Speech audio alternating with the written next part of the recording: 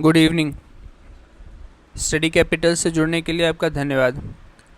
आपको इस चैनल पर एक या दो पार्ट में एक टॉपिक से बनने वाले संपूर्ण प्रश्नों का हल दिया जाएगा, जिसके बाद आपको उस टॉपिक को कहीं और देखने की ज़रूरत नहीं पड़ेगी। तो आज का टॉपिक स्टार्ट करते हैं। आज का टॉपिक है स्टोन एज।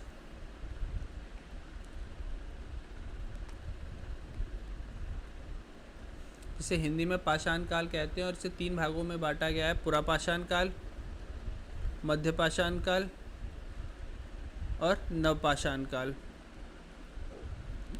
देखिए, ये जो वीडियो होगा ना, इसमें कंपाइलेशन होगा सारे क्वेश्चंस का, जिसमें पूर्वालोकन, एनसीईआरटी और मेरे खुद के नोट्स और प्रीवियस ईयर पेपर से बनने वाले सभी प्रश्न जो भी बने हैं अब तक, सारे प्रश्नों का कंपाइलेशन होगा। तो मतलब आपको एक बार इस वीडियो को देखना है और उसको मल्टीपल टाइम रिवाइज करना है, तो आप इस टॉपिक में परफेक्ट हो जाएंगे।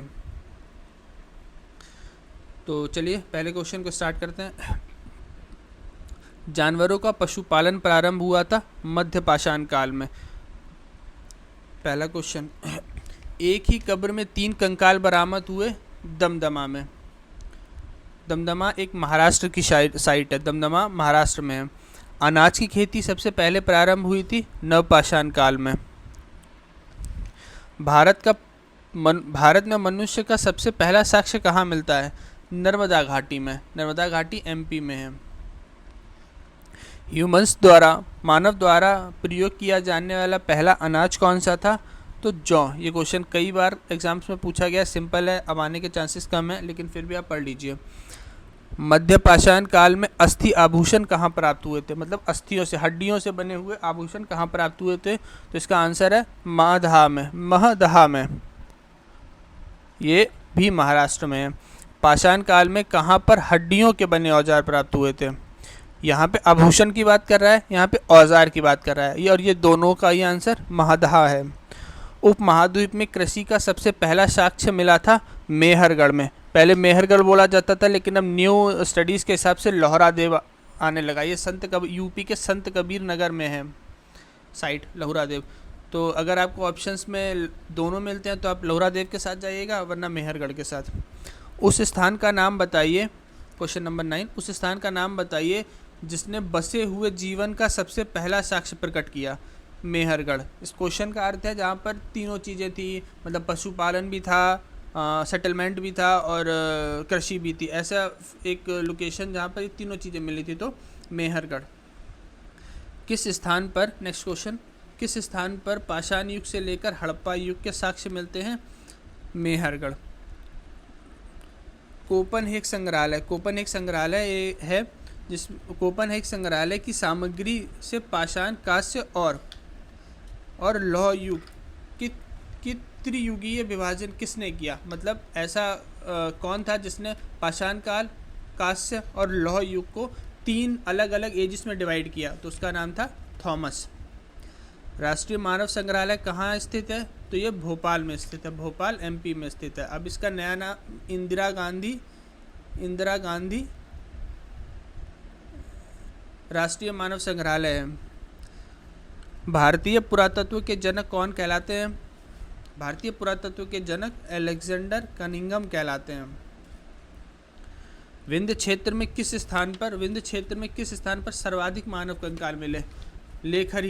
लेखिया में। ये एमपी में है साइट। वैसे भी आप विंध्य से क्षेत्र से समझ सकते हैं कि एमपी की बात हो रही होगी या एमपी के आसपास की बात हो रही होगी। तो अब ये कुछ 4 क्वेश्चंस हैं जिसमें ये पूछा गया है कि कौन सी चीज़ कहाँ पे फेमस थी। तो शैलकृत देवी मंदिर फेमस था बुर्जहोम में। टेराकोटा कला फेमस थी चंद्रकेतु, वेस्ट बंगाल में। ताम्र कलाकृतियाँ फेमस थी गणेश्वर, राजस्थान में। और गर्त आवास के साक्ष्य मिलते हैं बुर्जहोम में। गर्त आवास का मतलब होता है जो लोग गड्ढे बनाकर उसके अंदर रहते हैं, गड्ढा खोदकर उसके अंदर रहते हैं, तो गर्त आवास के साक्ष्य मिले बुर्जहोम में। बुर्जहोम साइट है जम्मू कश्मीर की। मानव के साथ कुत्ते को दफनाने के साक्ष्य मिले हैं बुर्जहोम में। ताम्रकाल में महाराष्ट्र के लोग मृतकों को घर में किस दिशा में घर की फर्श के नीचे किस दिशा में दफनाते थे? तो उत्तर से दक्षिण की दिशा में, मतलब उत्तर में होता था सिर और दक्षिण में होता था पैर। ये क्वेश्चन इंपॉर्टेंट है, इस तरीके के क्वेश्चन आजकल पूछे जा रहे हैं। गैरिक मृदभांड पात्र जिसे ओपीसी कहा जाता था, इसका नामकरण हुआ था हस्तिनापुर में, और किसने किया था? तो बीएल लाल ने किया था 1915 में। बीएल लाल ने किया था, इसके मुझे 1951 में, सॉरी, ठीक है। किस भारतीय पुरातत्व ने पहली बार भीमबेटका गुफा देखी? ये ऊपर नीचे हो गया है थोड़ा, देखी, तो इसका आंसर है बीएस वाककर। भीमबेटका गुफा कहाँ स्थित है? भीमबेटका गुफा एमपी में स्थित है, और स्पेसिफिक पूछा जाए तो अब्दुल्लागंज रायसेन में। शिलाश्रय से सर्वाधिक चित्र मिले, मतलब कहाँ पर पत्थर पर सबसे ज़्यादा बने हुए चित्र मिले? तो भीमबेटका की गुफा में, भीमबेटका की गुफा में, जो कहाँ पर स्थित है? एमपी में। स्पेसिफिक अगर पूछा जाए तो अब्दुल्लागंज रायसेन, अब्दुल्लागंज रायसेन। स्थल जो प्रागैतिहासिक चित्रकला के लिए फेमस है? आंसर भीमबेटका। राख का टीला किस नवपाषाण स्थल से संबंधित है? राख का टीला, इसका आंसर है संगनकल्लू, कर्नाटक, संगनकल्लू कर्नाटक। वैसे तो राख का टीला कई सारी साइट्स पे मिला हुआ है, लेकिन अगर आपसे स्पेसिफिक नवपाषाण काल स्थल के बारे में पूछे तब आपको संगनकल्लू के साथ जाना होगा। बृहत्पाषाण स्मारक कहते हैं मृतकों को दफनाने के स्थान को। नवदा टोली किस राज्य में है? नवदा टोली एमपी मध्य प्रदेश में है। नवदा टोली का उत्खनन किसने किया था? तो इसका आंसर है एच.डी. सांकलिया ने, एच.डी. सांकलिया ने, ये थोड़ा गलत दिख गया है, एच.डी. सांकलिया ने। किसको चालकोलिथिक युग भी कहा जाता है? चालकोलिथिक युग कहा जाता है ताम्रपाषाण युग को। हिरबेनाकल साइट कहाँ स्थित है? कर्नाटक में स्थित है, ये इंपॉर्टेंट साइट है।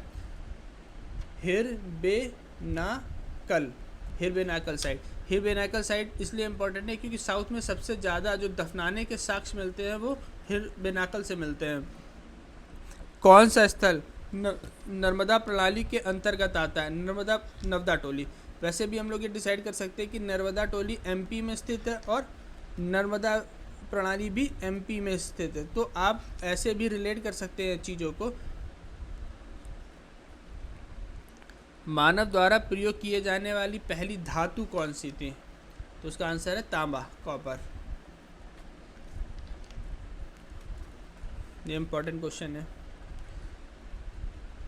प्रारंभिक मानव द्वारा माइक्रोलिथ का प्रयोग किया जाता था औजार बनाने में। ये ऊपर चला गया है, औजार बनाने में, ठीक है। माइक्रोलिथ का मतलब होता है छोटे पत्थर, सूक्ष्म पत्थर। लिथ का मतलब पत्थर और माइक्रो का मतलब सूक्ष्म, तो छोटे पत्थर का प्रयोग किया जाता था औजार बनाने में, औजार बनाने में। किस क्षेत्र में मैन और वुमेन मतलब स्त्री और पुरुष ने लगभग 8000 वर्ष पहले गेहूं और जौ जैसी फसल उगाई थी? तो इसका आंसर है सुलेमान और किरधर की पहाड़ियों में। चावल पहली बार उगाया गया था विंध्य के उत्तर में। ये स्पेसिफिक ऐसे ही क्वेश्चन आ जाएगा तो आपको ऐसे आंसर लगाना पड़ेगा, और ये क्वेश्चंस पूछे हुए हैं तो इसलिए मैंने इसको इसमें डाला है। लाल भूरे रंग के चर्ट से बने पत्थर के औजार, पत्थर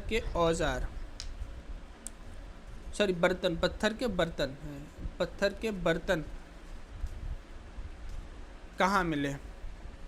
क्वेश्चन कुछ मिसटाइप हो गया है, लिखने में कुछ गलती हो गई, मैं इसको भी कर देता हूँ, रिकन्सिडर कर लूँगा नेक्स्ट पार्ट में, ठीक है। क्वेश्चन नंबर 41 पे चलते हैं। पुरापाषाण काल के लोगों का मुख्य व्यवसाय क्या था? उनका मुख्य व्यवसाय था शिकार करना। व्यवसाय मतलब ऑक्यूपेशन, मतलब वो अपना जीवन यापन किससे करते थे? शिकार करके करते थे। एमपी के किस जिले में आदमगढ़ पाया जाता है?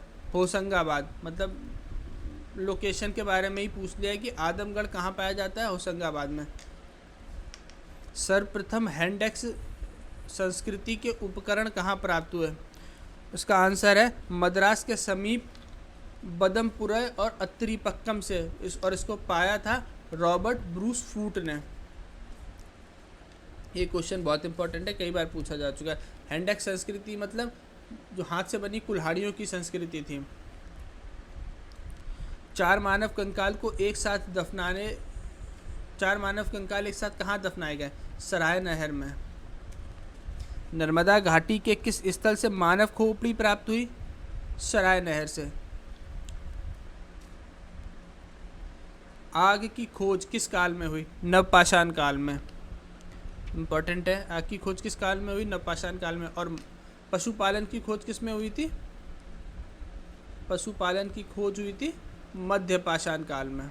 मध्यपाषाण काल में, ठीक है। स्त्री और पुरुष एक साथ दफनाने के साक्ष्य मिलते हैं महदहा में। महदहा कहाँ है? महाराष्ट्र में। महाराष्ट्र में, एक्चुअली जगह कम है। महदहा महाराष्ट्र में, ठीक है। अधजली हड्डियाँ और हत्या के प्रमाण मिलते हैं सराय नहर में, एमपी में, विंध्य क्षेत्र के आसपास। स्थायी आवास की शुरुआत किस काल में हुई थी? नवपाषाण काल में। नवपाषाण काल में, और आग की शुरुआत भी नवपाषाण काल में, लेकिन पशुपालन की मध्यपाषाण काल में। याद रखना चीज़ों को, डिफरेंस इनमें। कपड़ों की छपाई के अवशेष कहाँ मिलते हैं? तो अतरंजी खेड़ा, एटा में। ये यूपी वाले एग्जाम्स के लिए मोस्ट इंपॉर्टेंट है। वैसे भी ये क्वेश्चन इंपॉर्टेंट है कि अतरंजी खेड़ा साइट जो है वो कहाँ पर है? तो यूपी के एटा डिस्ट्रिक्ट में, ठीक है। सूती, ये लास्ट क्वेश्चन है आज का। सूती कपड़ों के साक्ष्य मिले हैं नेवसा में। नेवसा में, ठीक है। तो मैं एक बार इसको बहुत तेज़ी से रिवाइज करा देता हूँ, ठीक है। जानवरों का पशुपालन यानी कि डोमेस्टिफिकेशन ऑफ एनिमल स्टार्ट हुआ था मध्यपाषाण काल में। एक ही कब्र में 3 कंकाल बरामद हुए दमदमा में। अनाज की खेती सबसे पहले प्रारंभ हुई नवपाषाण काल में। भारत में मनुष्यों का सबसे पहला साक्ष्य कहाँ मिला? नर्मदा घाटी में। ह्यूमंस द्वारा प्रयोग किया जाने वाला पहला अनाज था जौ, बार्ले जिसे इंग्लिश में कहते हैं। मध्यपाषाण काल में अस्थि आभूषण महदहा में मिले और हड्डियों से बने आभूषण भी महदहा में ही मिले। उपमहाद्वीप में कृषि का सबसे पहला साक्ष्य मिलता है मेहरगढ़ या लोहरादेव। उस स्थान का नाम बताइए जहाँ पर जीवन का सबसे पहला साक्ष्य प्रकट हुआ। तो मेहरगढ़ या लोहरादेव में।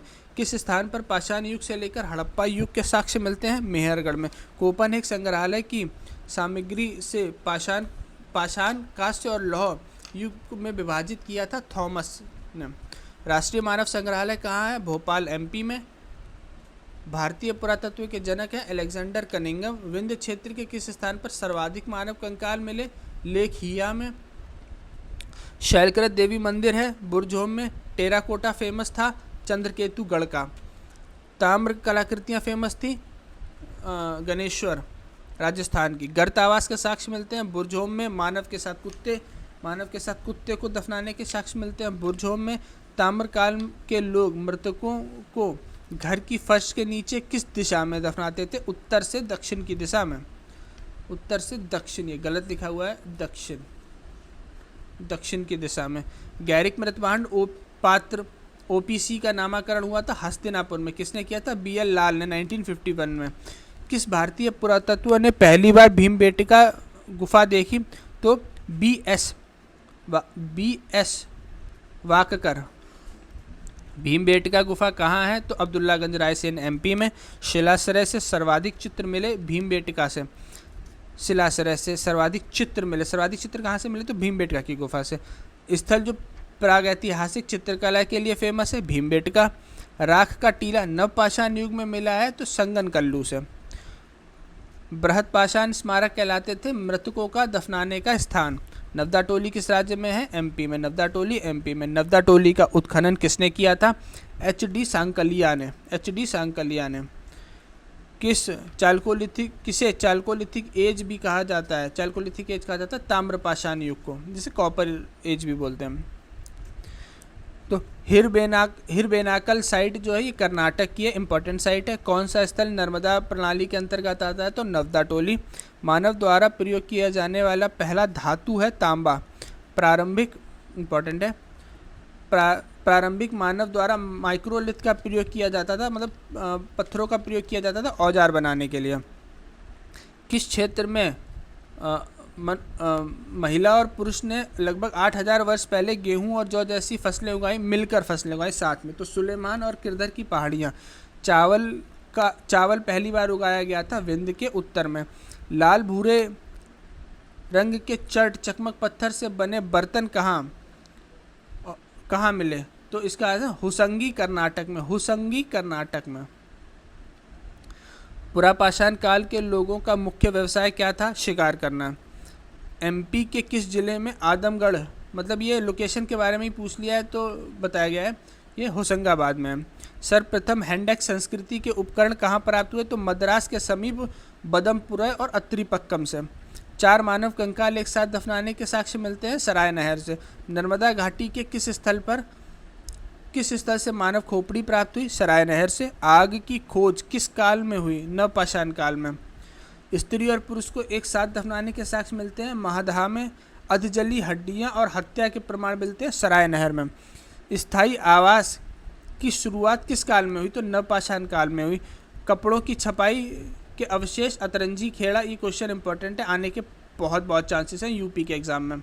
अतरंजी खेड़ा एटा से। और क्वेश्चन, लास्ट क्वेश्चन है, सूती कपड़ों के साक्ष्य कहाँ मिले? नेवसा में। ये मेरा पहला वीडियो था, फर्स्ट वीडियो। ऑडियो में कुछ इश्यूज़ हो सकते हैं, हो सकता है पढ़ने में या इसकी फ्लुएंसी में कुछ इश्यूज़ हो। टाइम के साथ में आपको यूट्यूब पर बेस्ट कंटेंट मिलेगा, ये मेरी गारंटी है। तो आप प्लीज़ मुझे सपोर्ट करिए, चैनल को सब्सक्राइब करिए, लाइक करिए अगर पसंद आया हो। और मैं पार्ट 2 में इस टॉपिक को बिल्कुल ख़त्म कर दूंगा, जिसके बाद आपको एक भी MCQs देखने की ज़रूरत नहीं पड़ेगी। एंड एक और बात है कि अगर आप चाहते हैं कि मैं इसको थ्योरी बेसिस पे लेके आऊँ, तो मैं थ्योरी बेसिस पे कंप्लीट नोट्स लेके आऊँगा,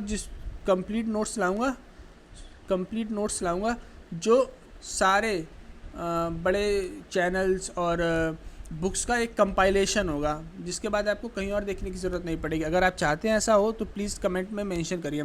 थैंक यू। और चैनल को सब्सक्राइब ज़रूर कर लीजिएगा सपोर्ट करने के लिए।